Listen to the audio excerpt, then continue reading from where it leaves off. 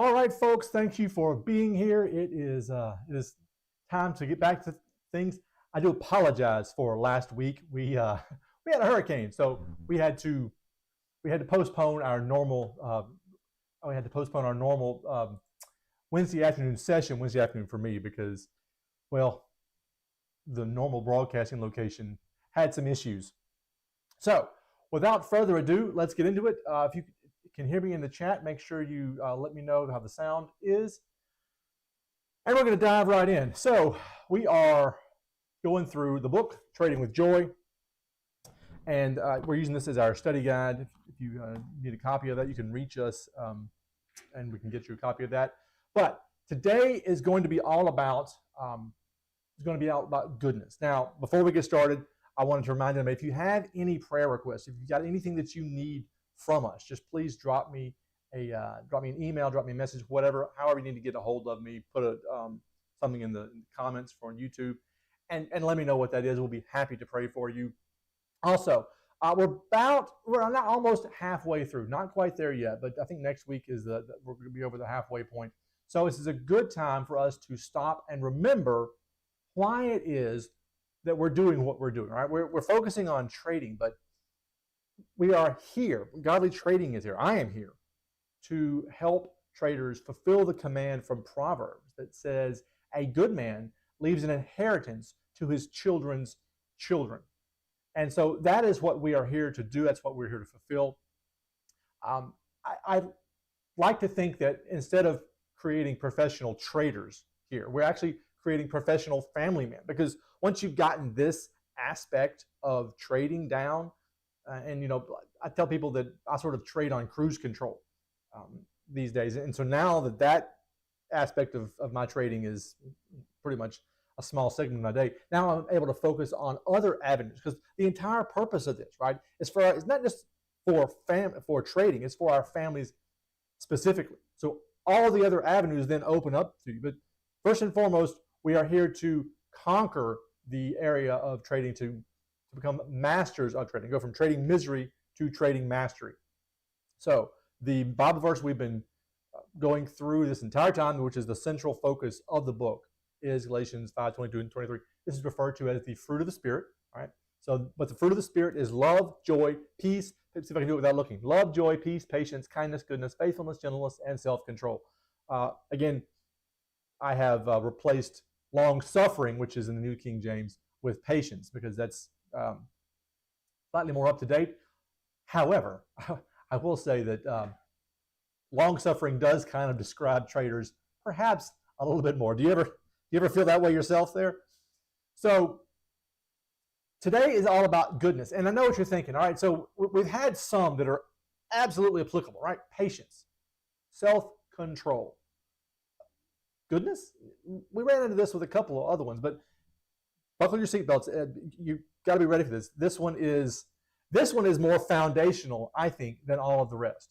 So, as always, we start with the Greek word there, agos sign. If anybody out there speaks Greek, I apologize.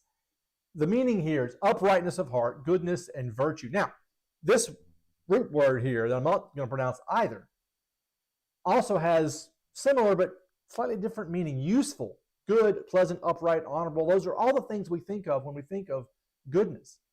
Now, unlike the other ones, long-suffering, which is patience and discipline and self-control and all those things that are built and are developed, they're almost like skills that we work on. Remember, my idea is that the first three, love, joy, peace, come from God as gifts, and the last six are qualities that we have to exercise daily to increase our strength in them. And as we do that, then we can learn and fully understand and display love, joy, and peace. Goodness, however, is not one of those. It's not like patience, and it's not like self-control. It's not like you can wake up every day and be slightly better at goodness. It's kind of an inherent quality. And as a result, you think, well, hey, if I can't build it, what do I do? Well, goodness is there for us to protect and for us to promote. I've heard a lot of people ask, well, are you a good trader? And I probably, in my earlier career, asked people, are you a good trader? Which is not a very specific question. Remember how the mantra, and I had tried to find out where this comes from. I am either the world's best or the world's worst, depending on your point of view, at quoting things, attributing them to somebody, and who knows if they really were. I couldn't find out who said this. But how you do anything is how you do everything. So we shouldn't look at trading as this one little disconnected part of our lives. How we live our lives affects our trading, and how we trade affects the rest of our lives. So if you are a ethical person outside of trading, it's going to bleed over. And if you're an unethical person in your trading, that's going to have a bleed over effect. So this idea of goodness, there's two aspects of it. The ethicalness that we have talked about. The other one, though, and this is where I want to focus on today, the other one is that definition that says useful. This is the most useful, I think, most applicable for traders, especially beginning traders. And guys, if you hear me say beginning trader, think, well, okay, well, he's talking about the guys who don't know anything. Maybe I should tune out. Maybe I should change the channel. Struggling traders is where I started. This whole idea of the guy that's walking down the street and he falls into a hole, and people are passing by and no one's willing to help him, and he's just desperate. He's ready to quit. He's ready to give up. And then his buddy Bob jumped down the hole with him. And he's like, Bob, hey, I'm glad to see you, man, but now we're both stuck in this hole. And Bob says, well, I've been in here before. I know the way out. Guys, that is me. I want to jump down in that hole with it. Do you feel like sometimes you're down in that hole? The good news is I do know the way out.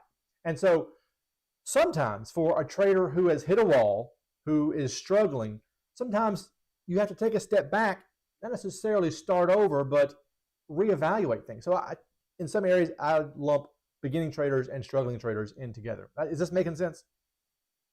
Today's focus passage, and this is some of you may have heard this before. This is the parable of the sower. So Luke 8:5-8.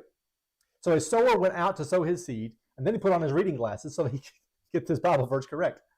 A sower went out to sow his seed, and as he sowed, some fell by the wayside, the pathway where people were walking, right? And it was trampled down, and the birds of the air devoured it. Some fell on rock, and as soon as it sprang up, it withered away because it lacked moisture. And some fell among the thorns, and the thorns sprang up with it and choked it. But others fell on good ground and sprang up and yielded a crop 100-fold.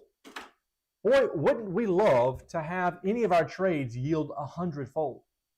So the takeaways here was that there's this seed. There's many, many different interpretations and uses for this seed, but let's just take it for what it's worth. There's seed the guy's throwing out, right? Back in the day, a big bag by his hip, and he's just broadcasting the seed out in the field. Some of it fell on good ground. Most of it did not fall on good ground. And the stuff that did fall on good ground gave him 100x return. So then the question becomes, what is good ground? And what in the world does this have to do with trading? Guys, stay with me. Are you ready? Are you ready for this? So the wayside. Some of it fell on the path. Now, first things first, this seed missed its intended destination.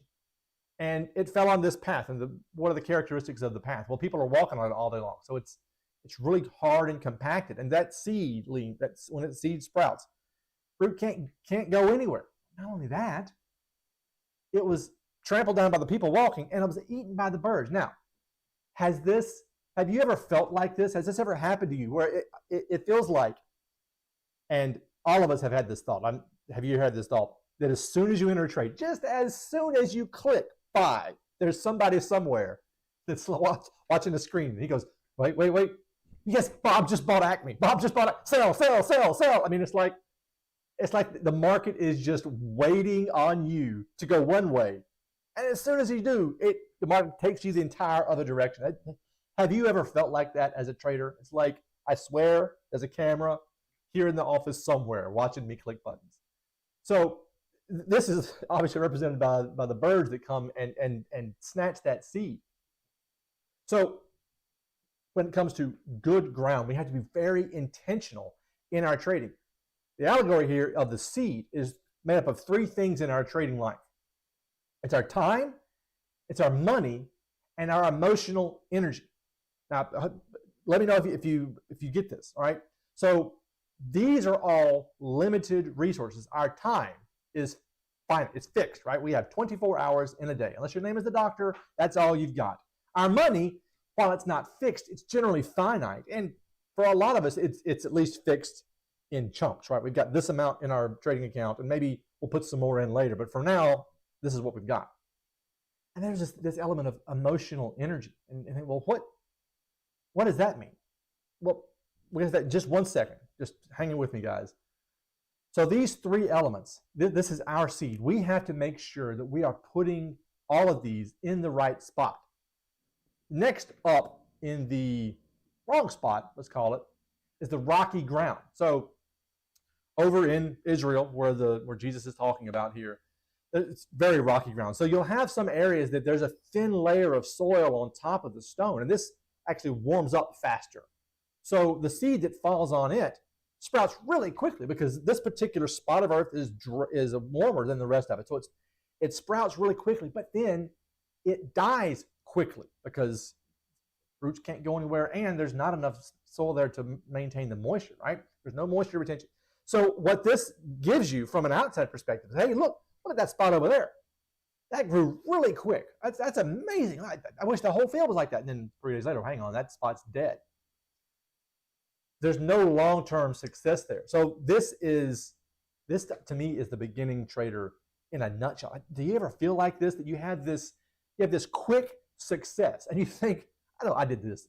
Think, this is like printing money. All I gotta do is go click and my account goes up, and go click and my account. Man, this is fantastic. Where has this been all my life? But sadly, when this happens, a lot of us think, oh, I thought trading was going to be hard. This is easy. Let me dump all my money into this. And what happens? Well, in the case of the plants that we have, the seed that we've thrown out, it sprouts quickly, gives you that quick success, like printing money, and then the heat and the drought come. And this seed has no choice. These seedlings have no choice but to die, and there's nothing left. And this is why a lot of traders, we hear the statistic all the time that retail traders, 95% of retail traders lose or are unsuccessful. They quit because they get this quick success and they go all in, and then it can't be sustained, and then they're out. Has this ever happened to you? The other element, we've talked about time, we've talked about money, but you think, well, emotional energy, you mentioned that before, emotional energy, is that really important? Actually, this one is probably the most important. There are so many stories of traders who go out there and they lose their money and they keep at it and they try again. I have said it before, if you have not read the book, Confessions of a Stock Operator, it's by Jesse Livermore, or possibly it's about Jesse Livermore and it's written by someone else. I can never remember those. If someone knows in the chat, please let me know. This guy lost his account, blew his account, lost all of his money 3 or 4 times, and he kept at it because his emotional energy was high. Your time is finite. Your money, relatively fixed. But your emotional energy, to a certain extent, is replenished every morning. But, guys, I can't stress this enough. It is exhaustible. You mentally, sure, can have a good day or a bad day, and then a winning day and a losing day and a winning, and you're sort of teetering back and forth, but you're not really getting down. So every day you wake up and you're kind of excited or enthusiastic, or you're at least not depressed. But the more you let it get you down, your ability to summon up the will to open up your computer every day starts to wane. Remember, we've talked about it before. The twin killers of traders are doubt and discouragement. And they cause traders to quit more than anything else. And emotional energy is their number one target. What they're going to do is they're going to sit on your shoulder and say, see, guys, I told you couldn't do this. Why don't you just quit? You're screwing your family up. Do you guys ever had those voices? I should not ask if you have voices in your head like I do. Let's assume for the sake of argument, I don't have voices in my head, but you know what I'm talking about here, right? Are you guys following me along here? You just have those voices in your head that say you're not enough, you can't do it, your family's depending on you, and you're failing. If you listen to those, or if you let them get to you, they're going to bring doubt and discouragement, and you're just going to quit. This is why we're here. to keep you from quitting. But moving on. So we've covered the pathway, which is the exact wrong spot to throw your seed.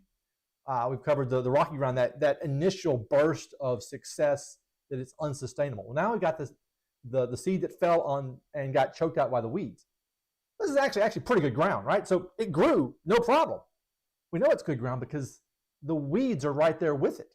And the weeds are choking it. It says choking here. There's so many weeds that the good soil, the good plant, let's call it wheat, all right? They're planting wheat. It just can't grow because it's all the competition from the weeds. Now, what's interesting here, I love this bit. Guys, I just absolutely love diving into the individual words. I kind of geek out. You ever geek out on a subject and everyone around you is like, what is he talking about? Why is he so excited about this thing? Does that ever happen to you? It happens to me. This word choked, not even going to attempt to pronounce it. I love this. To choke or to suffocate with water. That's what the Greek word means there. What is it called when you suffocate with water? Drowning. Have any of you ever felt like you are drowning as a trader? Maybe you're overwhelmed by choices. Maybe you feel like you're drowning in losing trades. At times in my early trading career, I was drowning in not knowing what to do, jumping strategies, too many options, drowning in, oh my goodness, talk about drowning in doubt. Doubt can both hold your head underwater and beat you over the head with a 2x4 at the same time. Doubt is very skilled, right? Don't ever doubt. This one's a big one. And I hate to keep harping on social media given the fact that this is social media. But there are times when you have to drown out the voices on social media that are trying to drown you. You just got to just put your, I would say blinders on, but that doesn't affect the sound, does it? Put your earplugs in and say, I'm just going to focus on one thing. There are so many times when we feel like we're just spiraling out of control because we feel like we're drowning. We feel like we're in a boat. We're not drowning. Okay, it's a water metaphor. And the boat is spinning and the boat is filling with water and we're bailing like mad. And have you ever felt like that no matter what you do, it's one step forward, 10 steps back? So I absolutely don't want to spend our three resources, time, money, and our emotional energy on any of those other types of ground. So now that we've ruled them out, what does good ground look like from a trading perspective, from a biblical perspective? First, let's think about that farmer. He selected this field wisely. You have to do the same thing. Don't just run out there and start trading. You're going to have that same quick success about the rocky ground, right? So the farmer picks a field, and then he picks what crop he's going to grow. So you have to decide, what are you going to trade?